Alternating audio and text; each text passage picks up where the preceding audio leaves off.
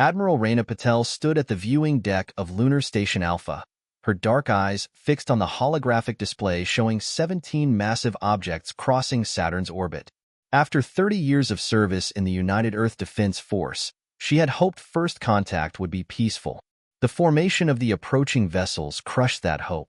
Admiral, energy signatures are off the charts, Lieutenant Vikram reported, his fingers dancing across the quantum interface. Each vessel is approximately 3 kilometers in length. Nothing in our database matches their configuration. Reyna maintained her composure, though her heart raced. The aliens had finally arrived, just as the ancient warning had predicted. "Initiate Protocol Omega," she commanded, "and get me a secure line to Director Thompson." Within minutes, the familiar face of Director James Thompson appeared on her private screen, his expression grim. "They're early," he stated simply. "Yes, by about 3 years according to our calculations," Reyna replied. "But we're ready. Project Aegis? Fully operational.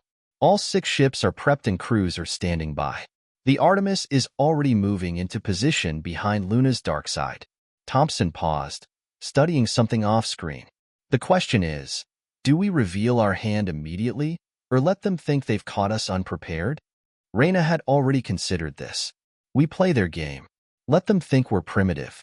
The ruins on Europa suggested they've done this before, testing civilizations, offering them a choice between submission or extinction. Let's see how they handle a species that's been preparing for them for the past 50 years. The alien fleet's message arrived exactly as predicted, broadcasting across all frequencies in perfect English. "People of Earth, your world has been chosen for assessment. Submit to our guidance or face extinction. You have 48 Earth hours to surrender your governing authorities. Resistance will result in immediate planetary sterilization." What followed was a masterpiece of deception. The United Earth Council convened an emergency session, publicly broadcasting their panic and disagreement. Military forces worldwide made a show of mobilizing outdated weapon systems. News networks ran stories about humanity's impending doom. Meanwhile, deep beneath the Pacific Ocean, in a facility known as the Nautilus Complex, Commander Kai Nakamura supervised the final preparations of humanity's rail defense force. The Artemis-class battleships represented the pinnacle of human engineering combined with recovered alien technology. 6 vessels, each carrying weapons that could tear holes in space itself. "All systems are green," reported Chief Engineer Sofia Santos. "Quantum cores are stable, metamaterial hulls are responsive, and gravity lance arrays are charged. We can launch on your command." Kai nodded, watching as his crew performed their final checks. The aliens wouldn't expect a species they considered primitive to have mastered quantum manipulation or gravity weapons. They certainly wouldn't expect humans to have improved upon the technology they'd recovered from various ruins throughout the solar system. The aliens had been testing younger civilizations for millennia, offering them the same choice: submit or die. What they didn't know was that one of their previous victims had left warnings scattered throughout the galaxy, along with fragments of their technology. Humanity had found one such cache on Europa 50 years ago, and it had changed everything. As the 48-hour deadline approached, the alien fleet moved into position around Earth's orbit. Their scans would show exactly what humanity wanted them to see: primitive nuclear weapons, basic space stations, and a frightened species on the brink of surrender. "Message from Admiral Patel," Lieutenant Zhao announced. "Operation Shadowbreak is green. We have confirmation. The alien fleet has split their formation exactly as predicted. They're positioning for planetary bombardment." Kai allowed himself a small smile. "Send the signal to all Artemis vessels. Quantum cores to full power. Let's show these visitors why they should have done better research on humanity's capacity for innovation." Deep beneath every major ocean, 6 of the most advanced warships ever created by human hands powered up their engines. The aliens were about to learn that humanity had spent its entire history preparing for war while dreaming of the stars. The real battle for Earth was about to begin, and humanity had no intention of playing by the invaders' rules. The Artemis rose from the depths of the Pacific like a leviathan awakening. Water cascaded off its metamaterial hull as the massive vessel breached the surface, its quantum core humming with barely contained power. Commander Nakamura felt the subtle vibration through his command chair, as the ship's artificial gravity adjusted to compensate for the transition. "Cloak engaged," announced Lieutenant Zhao. "Metamaterial hull is masking our quantum signature. To their sensors, we're just another patch of ocean." The alien fleet maintained their bombardment positions, completely unaware of the 6 Artemis-class vessels now surrounding them. Each ship represented a different aspect of humanity's defensive innovation. Artemis for stealth and precision strikes, Phoenix for raw firepower, Orion for electronic warfare, Athena for tactical coordination, Perseus for speed and maneuverability, and Hyperion for heavy assault. Deep within the Artemis, Dr. Isabella Rodriguez worked in the quantum core chamber, monitoring the impossible technology that powered their ship. The crystalline structure at its heart pulsed with colors that shouldn't exist in normal space, a testament to humanity's understanding of forces the aliens thought beyond their grasp. "Core stability at 98%, she reported through the ship's quantum-encrypted comm system. "All power systems are nominal. We're ready for combat configuration." On the bridge, Tactical Officer Yuki Tanaka's hands flew across her holographic interface. "Target analysis complete.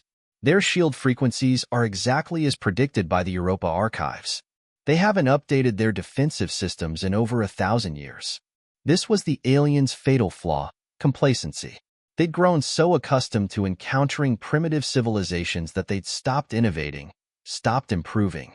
Their technology had stagnated while humanity had taken their basic principles and evolved them into something new. Admiral Patel's voice came through on the command channel. "All vessels, synchronize quantum cores. Prepare for Operation Broken Crown. Remember your training. We only get one chance at a perfect first strike." The 6 Earth vessels moved into attack formation, their positions calculated to exploit weaknesses in alien shielding that humanity had spent decades studying. The recovered ruins hadn't just provided technology, they'd offered detailed analysis of alien tactical doctrine. "Energy spike from the alien flagship," reported Senior Officer Marcus Webb. "They're charging weapons. Looks like they're done waiting for our surrender." Commander Nakamura opened a channel to all decks. "This is the moment we've prepared for. Every simulation, every training exercise has led to this. Today we show them that humanity isn't just another primitive species to be conquered or culled." The alien fleet's first volley of plasma weapons illuminated Earth's orbit like artificial auroras. They expected their attack to encounter minimal resistance, perhaps a few primitive nuclear missiles. Instead, their plasma bolts passed harmlessly through holographic projections, while the real Earth vessels remained perfectly cloaked. "All ships, execute Maneuver Theta," Admiral Patel commanded. "Weapons free." The Artemis's hull shifted, plates realigning as weapon ports opened. The quantum core's hum rose to a crescendo as power flooded into systems that represented humanity's greatest achievements.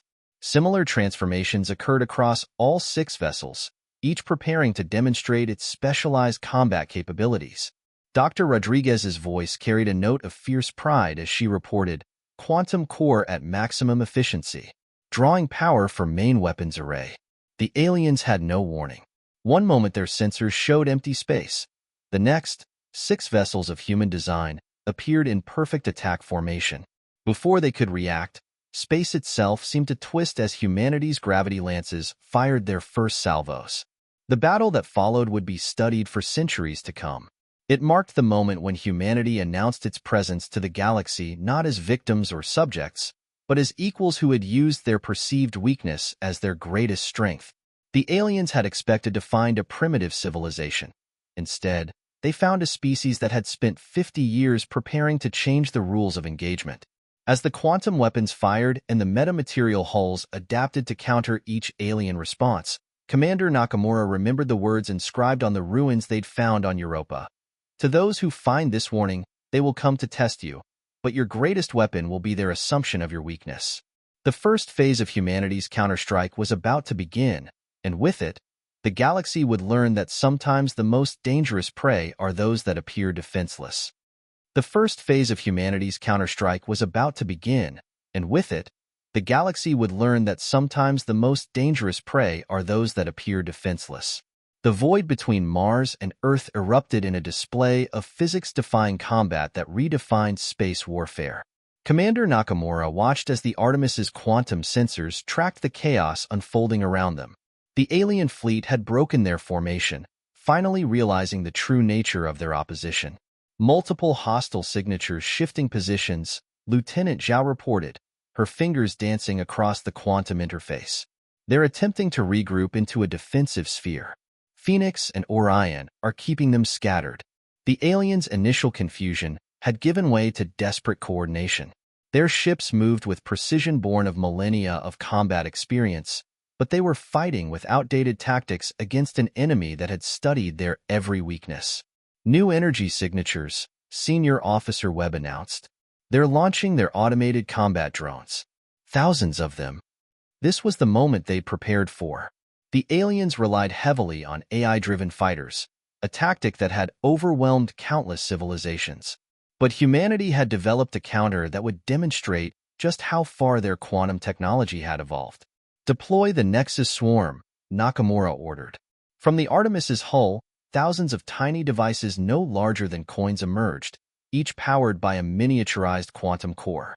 These were humanity's answer to alien drone warfare, autonomous units linked through quantum entanglement, capable of instantaneous coordination across vast distances. Dr. Rodriguez's voice came through the command channel, Nexus Swarm achieving quantum coherence. Hivemind protocols engaging. The alien drones approached in perfect formation, their energy weapons charging. They encountered what appeared to be empty space until the Nexus Swarm activated. Suddenly, the void between the opposing forces filled with microscopic singularities, each lasting less than a microsecond but disrupting the alien drones' guidance systems. Nexus Swarm reporting 82% effectiveness, Tactical Officer Tanaka announced. Enemy drone formations are breaking apart. Their AI can't compensate for quantum interference. On the main tactical display, Nakamura watched as the alien fleet struggled to adapt.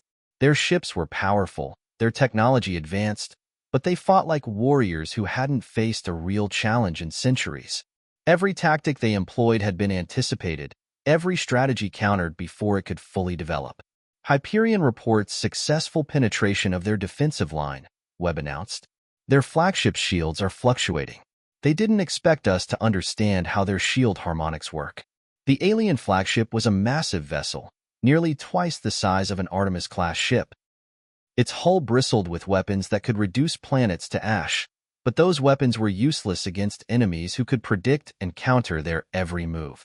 All vessels, execute Maneuver Omega, Admiral Patel's voice carried across the command channel. Show them why humanity chose to master space-time itself rather than just energy weapons. The 6 Earth vessels moved in perfect synchronization, their quantum cores pulsing in harmony.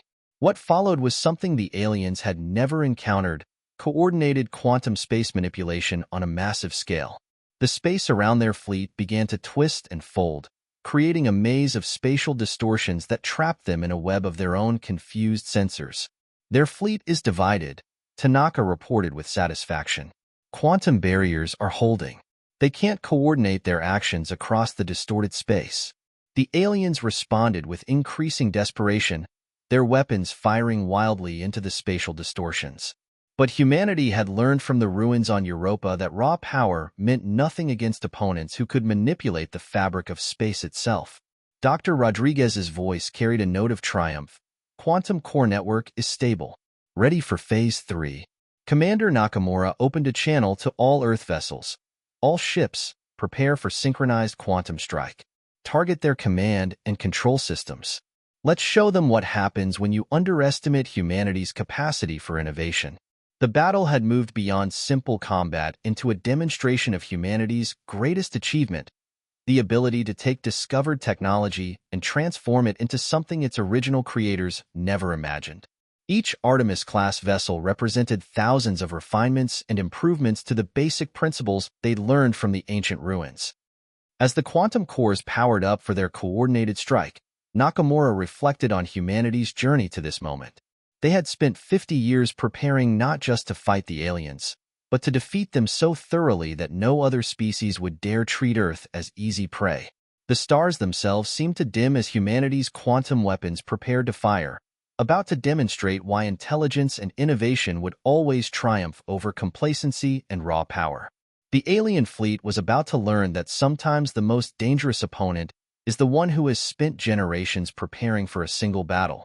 The synchronized quantum strike from Earth's fleet manifested as a cascade of reality-bending energy that rippled through space.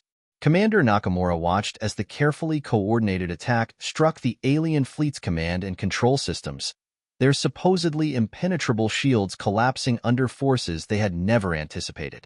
Direct hits confirmed on 13 alien vessels, Lieutenant Zhao reported, her voice steady despite the unprecedented scale of the engagement. Their quantum communications are completely disrupted. Fleet cohesion is breaking down. The alien response came swiftly, but without coordination. Individual ships launched desperate attacks, their energy weapons blazing through space in increasingly chaotic patterns. But the Artemis-class vessels were already moving, their metamaterial hulls adapting to each new threat. Incoming transmission, Senior Officer Webb announced. They're broadcasting on all frequencies, audio and visual. The main display activated, revealing the first glimpse of their opponents. The alien commander appeared almost crystalline, its translucent form pulsing with internal light. Its voice translated through their quantum processors. Impossible. You were meant to be primitive. How did you acquire this level of technology? Admiral Patel's response was broadcast from the Athena. You should have done better research. Humanity doesn't just adapt technology, we improve it. Every test you conducted on other species left traces. Every civilization you destroyed left warnings. We found them. We learned from them. And we prepared. The alien commander's form flickered with what might have been rage or fear. The ruins on Europa. You found the archive. Not just found it. Dr. Rodriguez interjected from the quantum core chamber. We surpassed it. Your weapons are based on principles you haven't improved in millennia. We took those same principles and revolutionized them. As if to demonstrate her point, the Hyperion executed a maneuver that should have been impossible, its quantum drive bending space-time to appear simultaneously at multiple points around the alien flagship. The Nexus swarm moved with it, creating a web of quantum interference that trapped the massive vessel in a cage of disrupted physics. Multiple enemy ships attempting emergency quantum jumps, Tactical Officer Tanaka reported. Their drive signatures are destabilizing. They can't maintain coherence through our quantum interference field. Commander Nakamura opened a channel to all Earth vessels. Begin Phase 4. Show them why humanity's greatest strength isn't our technology, it's our ability to think beyond conventional limitations. The 6 Artemis-class ships moved into a new formation, their quantum cores synchronizing in a way the aliens had never seen. Each vessel began generating a unique quantum field, the overlapping effects creating a phenomenon that human scientists had dubbed the reality maze. Reality maze achieving stability, Dr. Rodriguez reported. Quantum entanglement network at full capacity, ready for dimensional shear. The alien fleet found themselves trapped in spaces where normal physics began to break down. Their advanced sensors, designed to detect conventional energy weapons and shield frequencies, were useless against weapons that altered the fundamental nature of space-time itself. Enemy flagship is attempting to coordinate a counterattack, Webb announced. They're trying to adapt their shields to match our quantum frequencies. But adaptation required time the aliens didn't have. Humanity had spent decades preparing for this exact moment, developing weapons and defenses that could be modified faster than any opponent could analyze them. The Artemis's quantum core hummed with power as it coordinated with its sister ships. Each vessel contributed its specialized capabilities to the battle.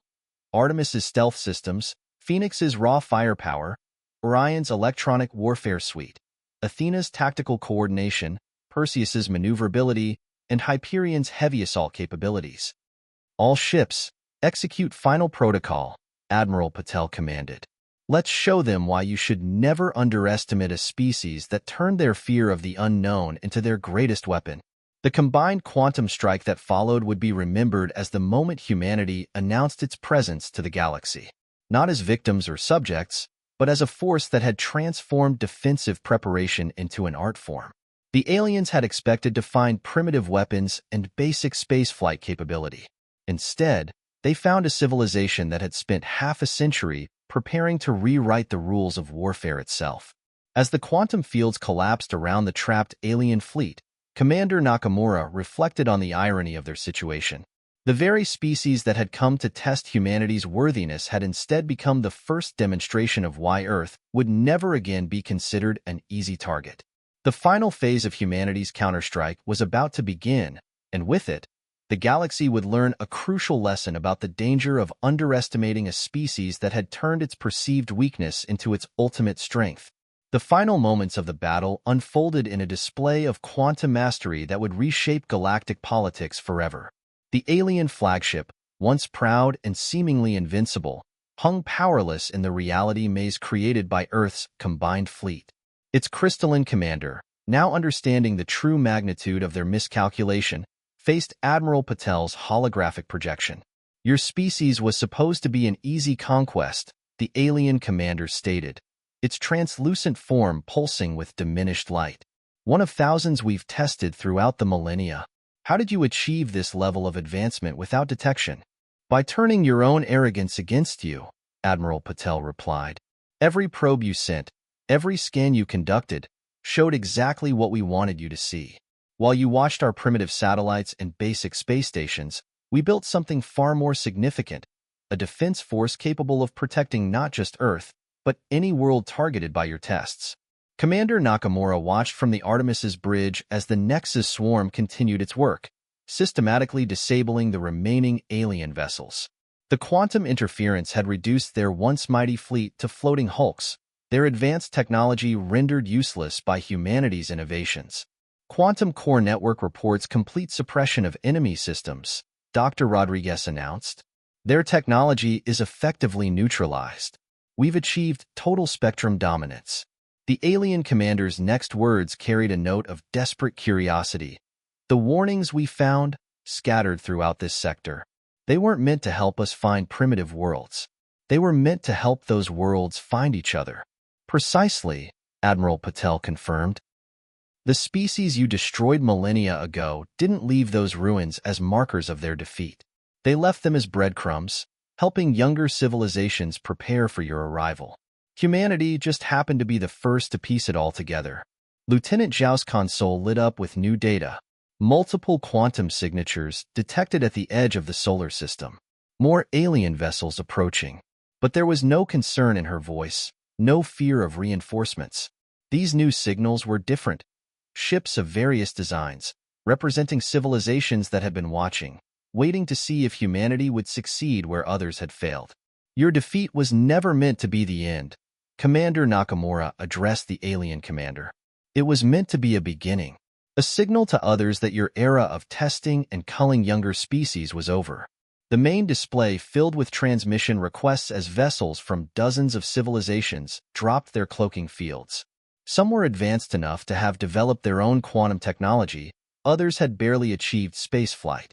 All had been waiting, hidden, for proof that the testing fleet could be defeated. "You see," Admiral Patel continued, "while you were focused on finding primitive worlds to conquer, humanity was building alliances. Every civilization you marked for testing, every world you planned to visit, we found them first. We shared our innovations, helped them prepare." The alien commander's crystalline form dimmed further as understanding dawned. This wasn't just a defense of Earth. This was a revolution. "Humanity never had any intention of simply defending ourselves," Dr. Rodriguez added. "The quantum technology we developed wasn't just meant for warfare. It was meant to unite species you had forced into hiding, to create a network of civilizations strong enough to ensure that no young race would ever face your tests alone again." The Nexus swarm reformed, creating a massive quantum communications array. Messages flooded in from the approaching ships, congratulations, expressions of solidarity, offers of alliance. The galaxy was transforming before their eyes, fear giving way to hope as centuries of oppression ended. "By order of the United Earth Council," Admiral Patel announced, "your fleet is hereby detained. Your technology will be studied, your databases analyzed. The knowledge you use to dominate others will be shared freely among all species. The era of testing is over." Commander Nakamura opened a channel to all Earth vessels and their newfound allies. Today marks not just a victory for humanity, but a new chapter for all species who have lived in fear of detection. Our technology, our innovations, our determination to protect rather than conquer, these will be our gifts to the galaxy. As the combined fleet of Earth and its secret allies moved to secure the defeated testing fleet, Nakamura reflected on humanity's journey. They had taken the warning signs meant to mark them as prey and transformed them into the foundation of a galactic alliance. The very force that had come to test their worthiness had instead become the catalyst for a new age of cooperation and advancement. The stars themselves seemed brighter somehow, as if acknowledging that the long night of fear and isolation was finally ending. Humanity had not just survived their trial by fire. They had changed the very nature of the game itself. The galaxy would never be the same, and that was exactly what they had planned all along. In the quantum core chamber, Dr. Rodriguez watched her displays with satisfaction. Quantum network stable. We're receiving integration requests from 17 different civilizations. They're ready to begin sharing their own innovations. Victory, they had learned, wasn't just about defeating an enemy. It was about creating something new from the ashes of conflict. As Earth's fleet prepared to escort their new allies home, they carried with them the promise of a future where no species would ever have to face the darkness alone.